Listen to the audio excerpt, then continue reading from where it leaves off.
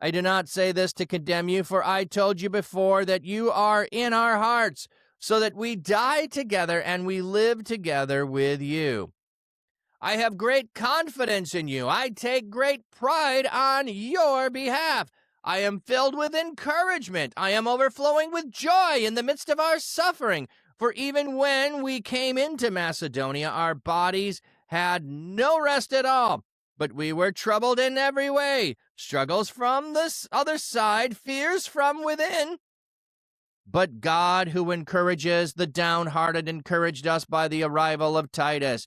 We were encouraged not only by his arrival, but also by the encouragement you gave him, as he reported to us your longing, your mourning, your deep concern for me, so that I rejoice more than ever. For even if, even if I made you sad by my letter, I do not regret having written it, even though I did regret it, for I see that my letter made you sad only for a short time. Now I rejoice, not because you were made sad, but because you were made sad to the point of repentance. For you were made sad as God intended, so that you were not harmed in any way by us. For sadness, as intended by God, produces a repentance that leads to salvation, leaving no regret, but worldly sadness brings about death. For see what this very thing, this sadness as God intended, has produced in you. What eagerness, what defense of yourself, what indignation, what alarm, what longing, what deep concern, what punishment. In everything you have proved yourself to be innocent in this matter. So then, even though I wrote to you, I was not on account of the one who did wrong or account of the one who was wrong, but to reveal that your eagerness on our behalf before God. Therefore, we have been encouraged, and in addition to your own encouragement, we rejoice even more at the joy of Titus, because all of you have refreshed his spirit. For if I have boasted to him about everything concerning you, I have not been embarrassed by you. But just as everything we said to you was true, so our boasting to Titus about you has proved true as well. And his affection for you is much greater when he remembers the obedience of you all, how you welcomed him with fear and trembling. I rejoice because in everything I am fully confident in you. So, therefore, since we have these promises, dear friends, let us cleanse ourselves from everything that can defile the body and accomplish holiness out of reverence. So in the last chapter, talking about all of the things that are going on, from everything that can defile the body, we need to separate. So he's talking about not being equally mixed, not having things coming together, things that don't go together. We don't mix those things. The powers of the darkness have nothing to do with the powers of light.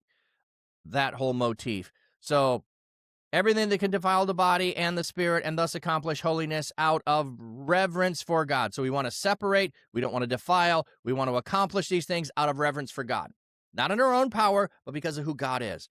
So make rooms in your heart. We have wronged no one. We have ruined no one. We have exploited no one.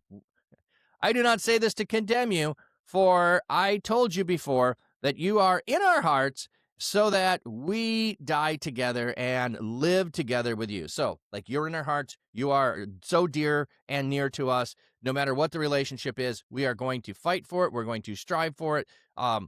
And now he's going to get into the letter. So he's setting up hey, we're not exploiting anyone. We're not taking advantage of anyone. We didn't wrong anyone. So those of you who are saying that, hey, Paul's kind of harsh in his letters, but he's kind of, easy, wishy-washy when he's in person. But in his letters, he's all over the top.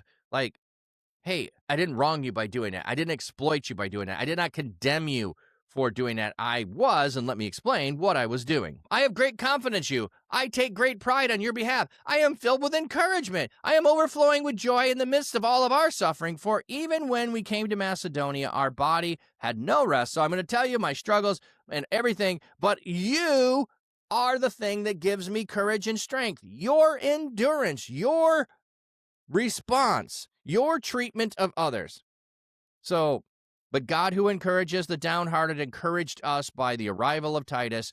We were encouraged not only by his arrival, but also by the encouragement you gave him. So we saw Titus, we got overjoyed by his presence. What was more, he told us how you treated him. That made us even more overjoyed because of the report he gave, and the report to us, your longing, your mourning, your deep concern, all. Then he also told us about your concern for us, and we rejoiced even more. For even if we made you sad by my letter, I do not regret having written the letter. Even though I did regret it, for I see that my letter made you sad, though only for a short time. So I don't regret it. I regret that, it had to be done. I regret the reason for it. I regret the situation. But now I rejoice because it made you sad, but that sadness was pointing you to repentance. So I cannot regret it because of the outcome. The outcome was the intended outcome. You repented from the things you've done. Yes, it was just as God intended. I intended no harm. God intended no harm. Restoration was the intent, and restoration has happened. For sadness, as God has intended, produces a repentance that leads to salvation, leaving no regret, but worldly sadness leads to death. It brings death. Well, we don't want worldly sadness. We want sadness when we have strayed from being righteous and following after God. What eagerness, what defense of ourselves, what indignation, what alarm, what longing, what deep concern, what punishment. In everything you have proved yourself to be innocent in this matter. So, you corrected things. Proving yourself to be innocent is, I don't think, like you're in a court of law and did you do it or not do it? No. You are now no longer doing it. You have been restored. I think that's the point of what he is getting at. So does he or doesn't he regret the letter? No, he doesn't, but he wants to say he understands I regret nothing. He wants to say he understands the sorrow that came with the letter, and he regrets that it had to be that way, but he doesn't regret doing it. Maybe that makes sense. Therefore, we have encouragement, and in addition to our own encouragement, we rejoice all the more joy of Titus, because all of you have refreshed his spirit. So he's again returning to we have joy. Titus has brought us joy. We are overwhelmed with joy. For if I had boasted to him about you, concerning you, you didn't embarrass me. So I bragged you up to Titus, and you lived up to my bragging.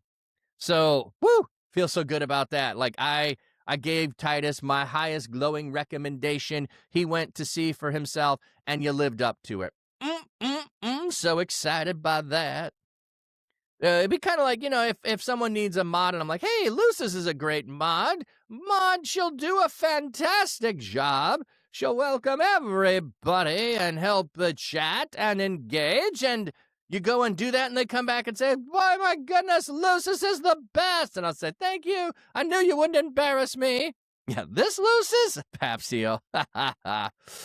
Boasting in Titus. Why? Because of the joy that you bring, and the relationship and his affection for you is much greater when he remembers the obedience of you all, how you welcomed him with fear and trembling. I rejoice because in everything I am fully confident in you. So the relationship proved itself. You, by my letter, have done what was necessary. This is all reasons for joy. The way you treated him, the way you responded to the letter, the way you sent him forth, the reports of what he has said, like all of this is reason for joy. So no, I don't regret it. I don't regret sending you the letter. It needed to be done in order to bring restoration.